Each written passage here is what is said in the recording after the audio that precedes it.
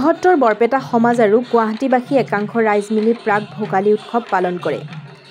Dispur last গেটত অৱস্থিত লোক নিৰ্মাণ বিভাগৰ প্ৰশিক্ষণ কেন্দ্ৰৰ প্ৰেক্ষাগৃহত এই অনুষ্ঠানৰ বাবে মিলিত হোৱা প্ৰায় 8 শতাধিক লোকৰ মাজত সুখকৰ মত বিনিময়ৰ লগতে এক গাম্ভীৰ্যপূৰ্ণ সাংস্কৃতিক অনুষ্ঠানৰ আয়োজন কৰা হয়।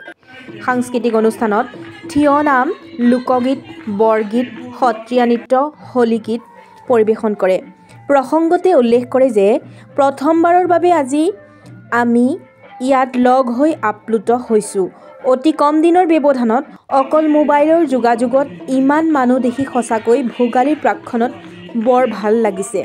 মূল উদ্দেশ্য হৈছে বৰপেটা সত্ৰীয়া সংস্কৃতিক আগুৱাই লৈ যোৱা আৰু দ্বিতীয় হৈছে আমাৰ শিক্ষা আগুৱাই লৈ যোৱা। এই দুটা লৈয়ে আমি কাম কৰিবলৈ সিদ্ধান্ত লৈছোঁ এই মুহূৰ্তত আৰু ভৱিষ্যতে হয়তো বহুত কাৰ্যসূচী লোৱা হ'ব। বিশেষভাৱে সহায় কৰিব, কাৰণ এটা কথা ঠিক যে কোনো ব্যক্তিয়েই বিশেষজ্ঞ হিচাপত তেখেতে বা এজনৰ কথাই বিশেষভাৱে ৰজিত ৰখাটো ঠিক নহয়। ৰাইজৰ বিভিন্ন অভাৱ অভিযোগ পৰামৰ্শই যিকোনো এটা অনুষ্ঠানক ওপৰলৈ যোৱাত সহায় কৰে। গতিকে মই বিশেষ নকওঁ, আপোনালোকক পুনৰ ভোগালীৰ শ্ৰদ্ধা, নতুন বছৰৰ শুভেচ্ছাৰে আজিলৈ সামৰিছোঁ। এই অনুষ্ঠানটি আমি বহুদিন আগৰ পৰা ভাবি আছিলোঁ যে যিখিনি বৰপেটাৰ সন্তান তেখেতসকল আহি গুৱাহাটীত জীৱিকা সূত্ৰে আহি ইয়াত যেতিয়া বসতি কৰিবলৈ লৈছে আৰু কিন্তু তেখেতসকলৰ বৰপেটাৰ প্ৰতি অন্তৰৰ পৰা এটা টান আছে, সেই উদ্দেশ্যে আমি কৰিলোঁ কি যে এই সমগ্ৰ যিমান দূৰ পাৰোঁ, আচলতে গোটেইখিনি মানুহ একগোট কৰাটো বৰ এটা কঠিন কাম। সেইকাৰণে আমি চিন্তা কৰিলোঁ যে যিমান দূৰ আমি পাৰোঁ কেইগৰাকীমান ব্যক্তি লগ হৈ আমি এই অনুষ্ঠান এটা চিন্তা কৰিছোঁ যে ভোগালী বিহুৰ আগে আগে প্ৰাক ভোগালী, যিটো আমাৰ বৰপেটীয়া শুদ্ধ বৰপেটীয়া ভাষাত কয় প্ৰাক মাগত দমহি, ভোগালী দমহি বুলি কয় এইটো। সেই এটা অনুষ্ঠান আমি আজি সমবেত কৰিলোঁ। লগতে কিছু সাংস্কৃতিক অনুষ্ঠানৰো আমি দিহা কৰিলোঁ আৰু আমি সঁচাকৈ বৰ আনন্দিত হৈছোঁ যে আমাৰ যি এটা ফোন কল বা ইজনৰ পৰা সিজনে মানে কাণ বাগৰি শুনিও আজি যে ইমান মানুহ আমাৰ গোট খাইছে, তাৰ বাবে আমি নথৈ আনন্দিত হৈছোঁ আৰু আমি ভৱিষ্যতলৈ আশা ৰাখিছোঁ যাতে এই অনুষ্ঠানটি আৰু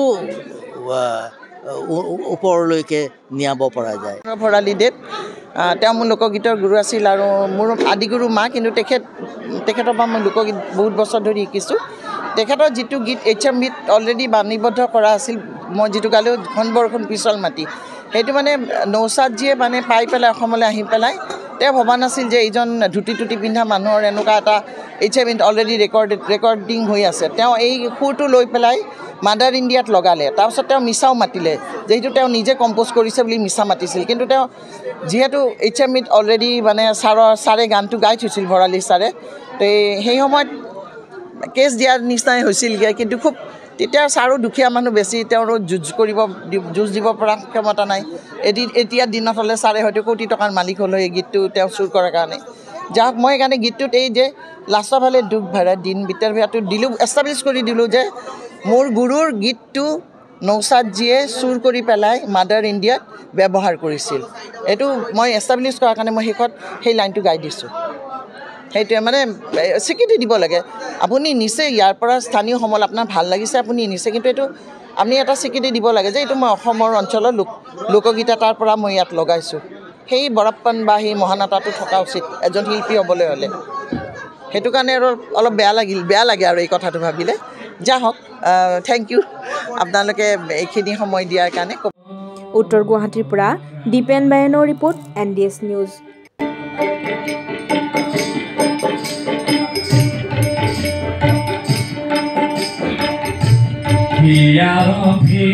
ভিতৰে আছে নিজ গুৰু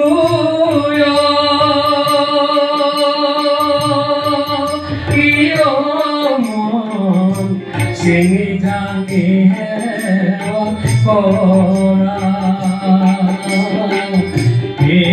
নীলা পৰিণাম